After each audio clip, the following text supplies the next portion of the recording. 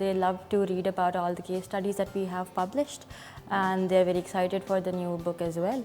We have been updating about our book and creating the hype on our social media platforms, on LinkedIn, Facebook and Instagram, and our audience is following us and is very excited for the launch that will be happening soon.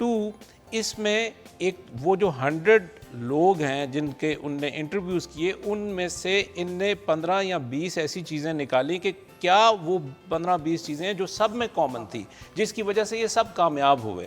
تو ایک نیا بچہ جو business کرنا چاہتا ہے وہ اس سے سیکھ سکتا ہے کہ یار میں بھی اگر ان چیزوں کے اوپر کام کروں گا تو میں بھی ان جیسا بن سکتا ہوں. اور جو سب سے بڑی بات، اور وہ میں سمجھتا ہوں کہ اعجاز نثار صاحب کا دیٹ از امیزنگ تھنگ، اس میں ایک چیپٹر ہے جس میں حضور صلی اللہ علیہ وآلہ وسلم کو ایز اے لیڈر اسٹڈی کیا گیا. آج تک کسی نے اسٹڈی نہیں کیا. دنیا کے لیڈر ہیں. اور ان میں کیا کیا خوبیاں تھیں، ان نے کن کن چیزوں کے اوپر فوکس کیا، اور آج پوری دنیا میں اسلام جون سا ہے اس کا بول والا ہے. تو میرا خیال ہے یہ وہ چیزیں ہیں جو کہ آپ کو اس کتاب سے ملتی ہیں. اور یہ میں ابھی بھی جب کبھی ٹریول کرتا ہوں تو میں کسی بھی ایئرپورٹ پہ جاتا ہوں تو میری یہ خواہش ہوتی ہے میں وہاں سے کوئی اچھی کتاب خریدوں اور میں پڑھوں. اور میرا خیال ہے کہ مجھے آج تک ایسی کتاب نہیں ملی، اور پاکستان میں اس کی بہت ضرورت ہے. اچھا اعجاز صاحب، ایک تو when you have started this تو obviously پہلے ایڈیشن میں بہت پرابلمز آئی ہوں گی، لوگ ریلیکٹنٹ ہوں گے انٹرویوز دینے کے لیے کہ کیا ہے، ایک روٹین سی بک ہے. But what I realized after seeing this book کہ جب اس کے 9 ایڈیشنز آ گئے ہیں، so every investor, every CEO needs a sort of encouragement. اب سب کو تو صدارتی ایوارڈ نہیں مل سکتا ہے.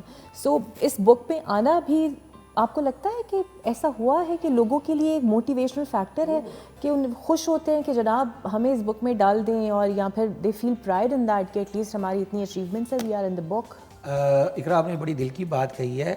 اب تو یہ ہوتا ہے کہ جب کہیں گیٹ ٹوگیدر ہوتا ہے، کسی کارپوریٹ ایونٹ میں ہم بیٹھتے ہیں جاتے ہیں، تو لوگوں کو جب پتہ چلتا ہے اعجاز نثار CEO کلب کو دیکھتا اور یہ آتھر ہے، تو وہ پہلا سوال یہ ہوتا ہے کہ یار میں کتاب میں نہیں ہوں پلیز. اب بہت لمبی لائن ہے. پہلے تھا کہ واقعی شروع میں انیشیل پرابلمس تھیں، لوگ کہتے تھے کیا ہے. میں آپ کو چھوٹی سی یہاں چیز بتانا چاہوں گا. لوگ ایک کوشچن ہے، ایک میں اس کو ایک متھ کو بریک کرنا چاہ رہا ہوں کہ سم ٹائم لوگ سمجھتے ہیں کہ شاید کوئی ہم پیسے دیں اور کتاب کے اندر ہم اپنا پبلش کر دیں. وہ تو ایک جیسے آپ کسی اخبار میں اپنا خود ہی اپنا لگوا لیں اپنا اشتہار.